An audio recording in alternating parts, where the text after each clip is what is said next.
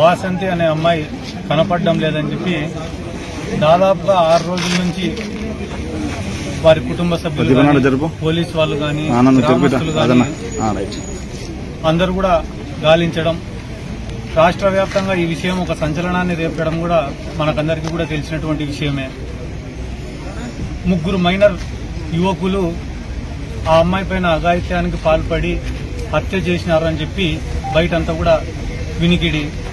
ఈ విషయంలో భాగంగానే ఈరోజు ఆ కుటుంబాన్ని పరామర్శించాలనే ఉద్దేశంతో ముచ్చిమరి గ్రామానికి నేను వెళ్తుండగా మార్గ మధ్యంలో కొన్ని ఏం కారణాలు ఉన్నాయో మనకు తెలియదు కానీ పోలీసు వాళ్ళు ఆపడం, ఇక్కడికి ఆ కుటుంబాన్ని పిలిపించడం కూడా జరిగింది. వాస్తవానికైతే గాన ప్రభుత్వాన్ని విమర్శించాలనో లేకుంటే గాన పోలీసు వ్యవస్థను నిందించాలనో ఎవరినో ఏదో ఇబ్బంది పెట్టాలనే ఉద్దేశంతోనో ఈరోజు మేము ఇక్కడికి రాలే. నా సొంత గ్రామం ముచ్చిమరి. ఆ గ్రామంలో నాకు తెలిసిన వ్యక్తులు, నాకు సంబంధించిన వాళ్ళు ఈరోజు వాళ్ళు బాధల్లో ఉండగా పరామర్శించడం అనేది నా యొక్క బాధ్యత అని చెప్పి ఫీల్ అయి నేను ఇక్కడికి వచ్చినానే తప్ప ఇక్కడ ఏదో పొలిటికల్ గా దీన్ని ఇష్యూ చేయాలనే ఉద్దేశంతో నేను రాలే. ఎందుకంటే కానీ ప్రభుత్వం ఏర్పడి అంతా కలిపి 4 రోజులు కూడా కాలే. మేము వచ్చి ప్రభుత్వం పైన బురద జల్లాలనే ఉద్దేశం మాకు కూడా లేదు.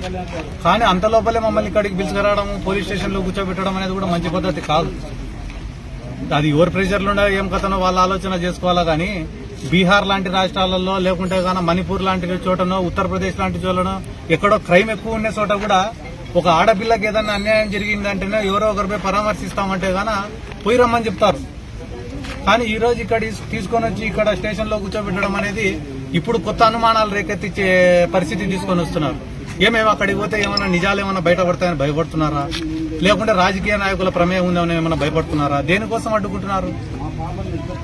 కేవలం ఆ కుటుంబానికి న్యాయం జరగాల, ఆ కుటుంబంలో ఒక ధైర్యాన్ని నింపాలనే ఉద్దేశంతో ఇక్కడికి వచ్చినామే తప్ప వేరే ఒక ఉద్దేశం కూడా మాకు లేదు.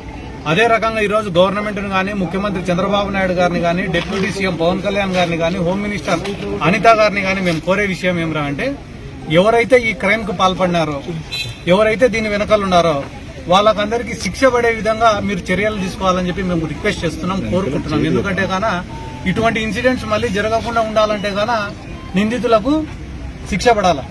గతంలో మీరు తెలుగుదేశం పార్టీ అధికారంలో ఉన్నప్పుడు కూడా ఇదే కర్నూలు జిల్లాలో ప్రీతిబాయ్ అనే అమ్మాయికి కూడా ఇదే రకంగా రేప్కు గురై హత్యకు గురైందని చెప్పి ఒక కేసు నమోదైంది.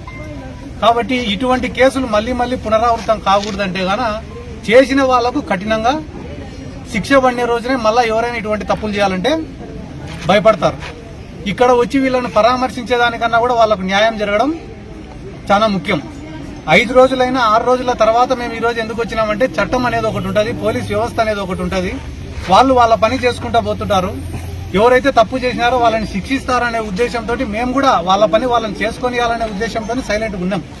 కానీ కేవలం వాళ్ళల్లో ఆ కుటుంబంలో ధైర్యం నింపాలని మేము ఇక్కడికి వస్తేనే ఈ రోజు ఇంతమంది పోలీస్ వ్యవస్థ వచ్చి మమ్మల్ని అడ్డుకోవడం అనేది చాలా తప్పు. ఎందుకంటే గాన ఈ రోజు వాళ్ళు ఇంతమంది 100 మంది 200 మంది పోలీసులు వచ్చి మమ్మల్ని అడ్డుకోవడం వల్ల ఏదైతే ఈ రోజు సర్చింగ్ ఆపరేషన్ ఆడ కెనాల్లో కానీ, కేసీ కెనాల్లో కానీ, లేకుంటే ఆ పంప్ హౌస్ కాడ కానీ, లేకుంటే కానీ ఎక్కడైనా బూట్స్ పెట్టినారో కానీ అక్కడ వాళ్ళు చేయాల్సినటువంటి సర్చింగ్ ఆపరేషన్ అంతా ఆపుకొని ఈ రోజు ఇక్కడికి వచ్చి మమ్మల్ని అరెస్ట్ చేయడమో లేకుంటే లోపల కూర్చోవడం పెట్టడమో ఒక టైం వేస్ట్ పని. పబ్లిసిటీల కోసం రాజకీయాలు చేసే వాళ్ళకి ఇటువంటి తప్పుడు ఆలోచనలు వచ్చి వాళ్ళని రానియకుండా చేయండి అని చెప్తున్నారు అనుకుంటా. వాళ్ళకు కూడా నా యొక్క సూచన ఏమరా అంటే, లాటరీలో పదవులు వచ్చినాయి కొంతమందికి. లాటరీలో పదవులు వచ్చినప్పుడు ఒక గొప్ప అవకాశం జీవితంలో పేద ప్రజల సమస్యలు పరిష్కరించడానికి కానీ, పేదవాళ్లను కాపాడడానికి కానీ, పేదవాళ్లకు న్యాయం చేయడానికి కానీ, ఒక గుర్తింపు తెచ్చుకోవడానికి కానీ ఒక గొప్ప అవకాశం దేవుడిచ్చిన వరం అని అనుకోవాలి.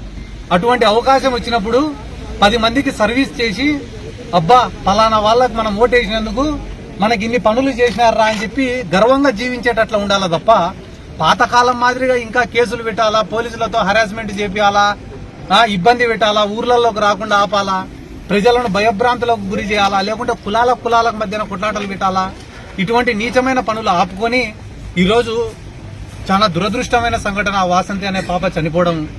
ఇటువంటి టైంలో కూడా రాజకీయాలు చేయడం నిజంగానే చాలా దురదృష్టకరం.